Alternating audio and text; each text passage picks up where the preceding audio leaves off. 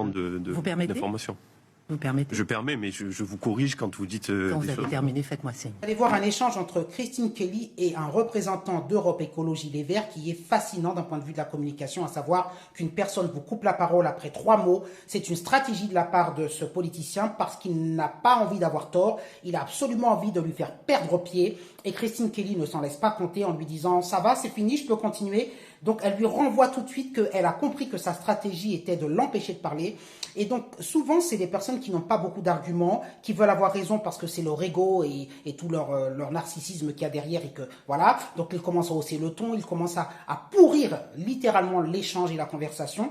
Et ça finit par vous énerver, c'est ce qu'ils veulent. Et quand vous êtes énervé, ben vous en venez presque aux mains, entre guillemets, hein, une sorte de bras de fer comme ça. Et donc du coup, ça pourrit l'échange. C'est-à-dire que vous vouliez hisser l'échange à un certain niveau de raisonnement et intellectuel. Vous voulez démontrer quelque chose de complexe qui nécessite un développement. Eh bien, cette personne ne vous laissera pas développer, justement, parce qu'elle sait qu'au bout de ce développement, vous risquez d'avoir raison. Et comme elle veut avoir raison à tout prix, sa stratégie est de pourrir l'échange et d'empêcher votre développement. Christine Kelly lui fait remarquer, il est un peu honteux, donc finit par se taire.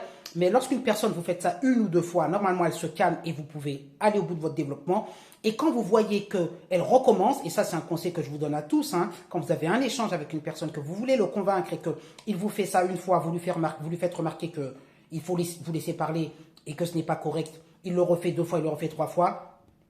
Au bout de 3 fois, je vous conseille de cesser la conversation et de lui dire « tu as raison, on arrête là, je n'échange pas ». Alors vous allez voir que derrière la personne vous dit « non, vas-y, je t'écoute ». Il va vouloir, voyez, vous relancer. Mais ne retombez pas dans son piège. Si vous repartez dans l'échange, il va vous recouper au bout de 3 mots. Pas parce que c'est une stratégie consciente, c'est parce qu'il ne peut pas s'en empêcher. Parce qu'il ne peut pas supporter, il ne peut pas, comme on dit, souffrir que vous ayez raison. Il ne peut pas souffrir que vous fassiez un développement intelligent parce que lui n'en a pas.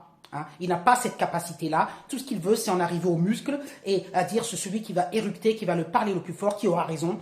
Et donc, c'est une personne, en fait, de bas niveau, permettez-moi de vous le dire, avec lequel vous ne pouvez pas échanger. Cette personne n'est pas à votre niveau. Elle n'a pas le niveau intellectuel pour échanger avec vous. Donc, son argument, c'est les muscles, c'est la force, c'est éructer, c'est vous couper la parole.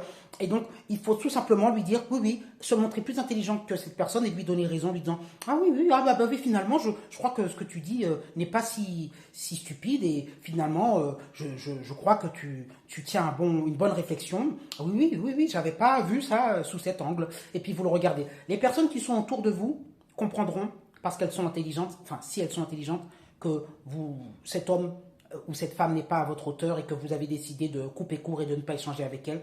Et quand elle vous dira, mais oui, tout à fait, oui, j'avais pas vu ça comme ça, en effet. Et voilà. Et puis alors, personne, comme elle est bête comme ses pieds, elle finira par croire qu'elle a gagné et puis vous la laissez parce que vous ne pouvez pas débattre avec une personne comme ça. Donc voilà. Regardez cet échange, c'est croustillant, mais essayez de vous dire que dans la vie, si ça vous arrive, 1 fois, 2 fois vous avertissez, 3 fois vous renoncez, parce que vous n'irez pas au bout du sujet. Alors évidemment, Christine Kelly, dans l'émission, ne va pas renoncer, parce qu'elle est là pour débattre, donc elle doit aller au bout de son argument. Mais dans la vie, je ne vous conseille pas, surtout quand on est dans des situations amicales ou familiales, il n'y a rien de mieux pour vous pourrir la soirée. Bonne journée. 2 secondes, on a déjà cité l'extrême droite. Par monsieur, je suis assez stupéfaite. Je suis assez stupéfaite. C'est un élément d'information. Vous permettez? Je permets, mais je vous corrige quand vous dites quand vous avez terminé, faites-moi signe. Vous pouvez y aller, allez-y. 3 choses. La première, c'est qu'on n'a même pas commencé qu'on souligne l'extrême droite. Moi, ça m'interpelle. C'est-à-dire que les coupables sont les coupables, les victimes sont les victimes, que ça soit toujours la faute de l'extrême droite, moi, ça m'interpelle. Deuxième point, lorsque je vois le peuple dans la rue en train de vouloir se battre, ça veut dire que l'État a failli. Si l'État a failli, on doit se poser des questions.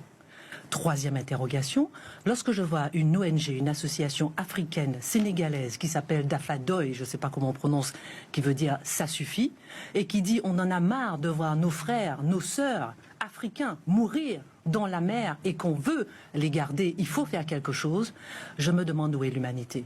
Est-ce que l'humanité, ce n'est pas justement de garder nos Sénégalais, c'est ce que dit par exemple cette ONG, pour qu'ils ne puissent pas mourir en mer, ou bien est-ce que l'humanité, c'est de financer, comme la ville de Marseille, 130 000 € cette association SOS Méditerranée et voir périr ces personnes en mer. L'humanité, c'est non justement à ces personnes qui sont victimes en mer. Donc il y a les faits il y a le récit autour des faits.